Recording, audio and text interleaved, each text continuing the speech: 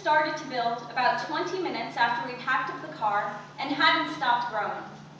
We were all on our way to the Outer Banks, North Carolina, to escape the heat and humidity of Jersey in mid-August.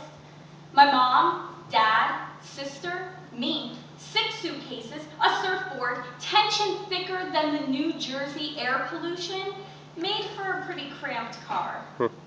I guess that's what heightened the stress and brought out the worst in my parents. The cycle began the second we crossed the Jersey border into Delaware.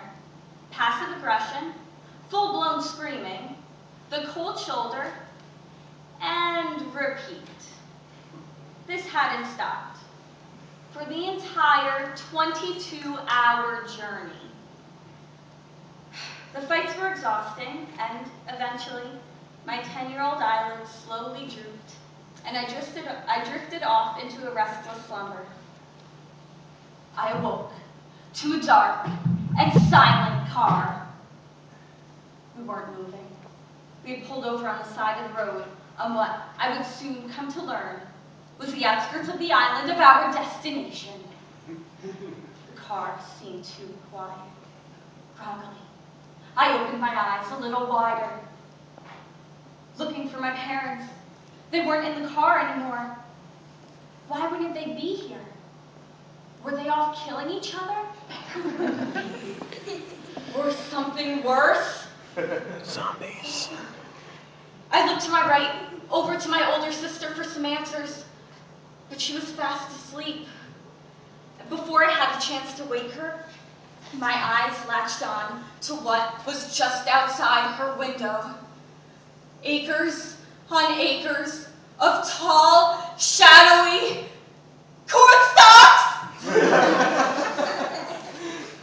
Unfortunately, the week of this trip had the ill timing of coinciding with the week I saw the movie Signs for the first time. For those of you who don't know, Signs is a wholesome and family-friendly movie in which aliens land on a farm and proceed to try to kill the family that lives there. The most suspenseful scene in the movie is the scene where the dad goes out into the cornfield and he finally realizes the aliens have landed and he's yelling at the beast, telling them to go home. And he drops his flashlight and he falls. And while he scrambles to get up and retrieve his flashlight, he sees a quick flash of alien limb. Naturally, fight or flight kicks in and he runs. Signs is absolutely terrifying, and no child should see it. Unfortunately for me, my dad disagreed with this common ideal and the opinion of the National Film Rating Committee, who dubbed it PG-13. So I saw it anyway. So I parked on the side of the road in an unfamiliar place, with the cornfield a little too close for comfort, with my parents missing and my sister close to useless. I found myself in the midst of the greatest crisis of my childhood. Only one thought came to mind. Aliens.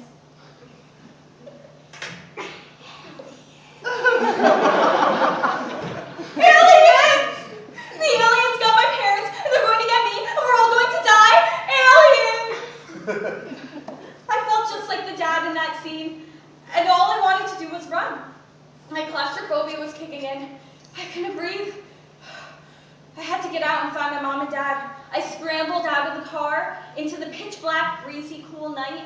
I felt my chest constricting, but before I could keel over from sheer terror, I saw my parents a little ways off.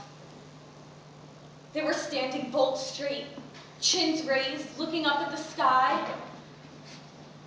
Obviously, there could only be one reason for this. Aliens. I was finally past the brink. I was officially too scared to even die.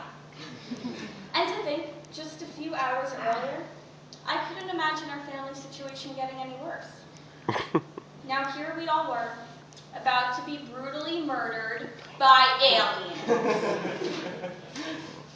Feeling that the end was undeniably near, I mustered all the strength I could find and began to lift my eyes to get a first-hand look at the man-eating monsters from the sky that would lead to my tragically early demise. When my eyes finished their journey, any thoughts of aliens and death blew away with the North Carolina breeze. The sky was gorgeous. It was lit up like a city. Millions upon millions of stars dusted the great expanse above me, as if someone threw up a truckload of silver glitter. I thought that this new, wondrous sight had to be the most fantastic and awe-inspiring thing I had ever seen. That was until I grudgingly tore my eyes away from the breathtaking new heaven and looked back at my parents. There they were, a little ways off, arms around each other, as if the fights never happened, looking at the North Carolina sky, as if all the skies they'd seen before that moment were nothing but distant memories. My mom was the first to see me, and she beckoned me over to her and my dad, where they stood at the side of the road. I stood between them, hand in hand in hand, 3 sets of hands grasping onto each other, 3 sets of eyes drinking in the glorious, glittering sight, 3 souls set free. And all I felt was love and security and good fortune. For this moment, we had escaped the heat, humidity, and pollution of New Jersey. We'd escaped the bleak, barren sky. We'd escaped the tension we lived in. We had escaped our demons and the confines of ourselves. And the fights in the past didn't matter anymore.